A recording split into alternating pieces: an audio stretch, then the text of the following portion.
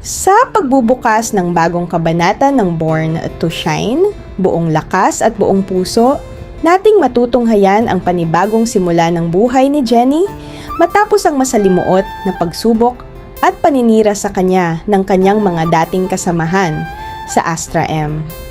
Matapos siyang opisyal na kunin at pangalagaan ni Miss Vanna bilang isang ganap na solo artist sa ilalim ng Pop Gloss Management, ganap ng papasok si Jenny sa isang matinding pagsasanay at pagsasaayos ng kanyang imahe.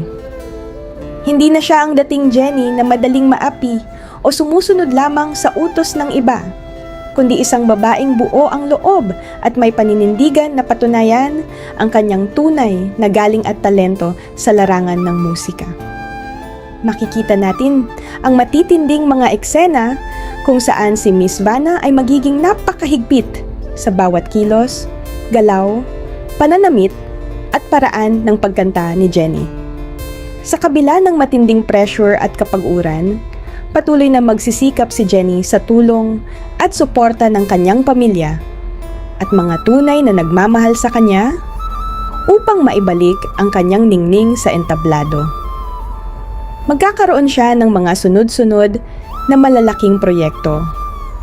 Kabilang na ang kanyang nakatakdang pagtatanghal bilang guest performer sa homecoming welcome party concert ng sikat na grupong Nixie, mga live performance sa radio, at ang pagbuo ng kanyang pinakaunang solo single na nakatakdang magpakilig at magpamangha sa buong bansa.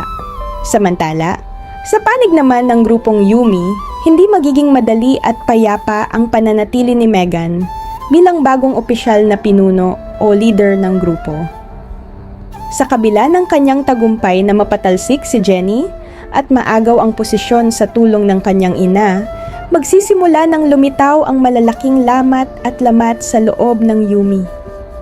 Ang mga natitirang miyembro na sina Yuna, Nancy at Alan ay patuloy na makararamdam ng labis na kalungkutan, pangungulila kay Jenny, at matinding puot sa marahas at mayabang na pamamalakad ni Megan. Nararamdaman nila na wala silang sariling boses at ginagawa na lamang silang palamuti o instrumento ni Megan para sa kanyang sariling interes at ambisyon. Magkakaroon ng matitinding sagutan at tensyon sa pagitan ng mga miyembro habang nag-iensayo sila ng kanilang mga bagong kanta at choreography. Sa bawat araw na lumilipas, mas lalong magiging malinaw sa lahat na ang boses at pamumuno pala ni Jenny ang siyang tunay na nagbibigay ng buhay, kaluluwa at pagkakaisa sa grupong Yumi. Sa kabilang banda, matatagpuan din natin ang matinding gulat at pangamba sa mukha ni Megan kapag nalaman at nabalitaan niya na hindi tuluyang nawala si Jenny sa industriya ng entertainment, kundi mas lalo pa itong itinaguyod ng isang makapangyarihang manager na si Miss Vanna. Ang matinding takot at inggit ni Megan na baka mas higit pang magtagumpay si Jenny bilang solo artist kaysa sa kanya at sa Yumi ay magtutulak sa kanya upang gumawa muli ng panibagong masamang balak at manipula sa tulong ng kanyang ina. Ngunit sa pagkakataong ito, hindi na mananahimik lamang ang kapaligiran at ang kapalaran. Ang ginawang panloloko at paninira ni na JC at Megan laban kay Jenny ay magsisimula ng magbunga ng hindi magagandang epekto. Magsisimula ng gumuho ang tiwala ng mga tao sa paligid nila, partikular na ang ugnayan ni Nate at ng iba pang mga kaibigan na unti-unti nang natutuklasan ang buong katotohanan sa likod ng iskandalo. Sa paparating na malaking kaganapan at concert, magkakaharap muli ang magkabilang panig sa isang pambihirang entablado.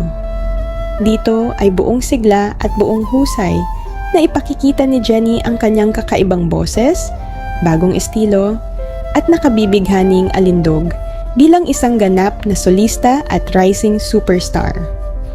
Ang bawat awitin at galaw ni Jenny sa entablado ay mag-iiwan ng matinding paghangas sa mga manonood, press at mga tagahanga na magiging dahilan upang maging pangunahing usap-usapan siya sa buong media. Sa huli, mapapatunayan ni Jenny na ang tunay na talento at malinis na puso ay hindi kailanman matatakpan ng kahit anong paninira at iskandalo. Ang paparating na mga episode ay puno ng matinding emosyon, drama, paghihiganti sa pamamagitan ng tagumpay, at ang walang kapantay na pag-aagawan sa tuktok ng musika. Maraming salamat sa inyong panonood at pagsubaybay sa ating kwento. Huwag niyo pong kalimutang i-like ang video na ito, mag-iwan ng inyong mga komento at reaksyon sa comment section sa ibaba kung ano ang palagay ninyo sa susunod na mangyayari kay Jenny, at siguraduhin mag-subscribe sa aming channel para sa mga susunod pa nating maiinit na updates at kwento.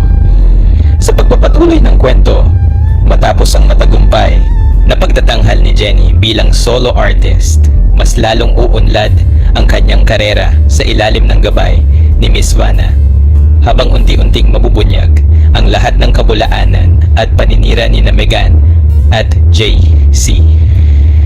Sa mga susunod na eksena, makikitang si Jenny ay makatatanggap ng napakaraming alok para sa mga endorsements, mga album projects, at malalaking international concert tours dahil sa kanyang hindi mapapantayang galing sa pagkanta at natatanging karisma sa entablado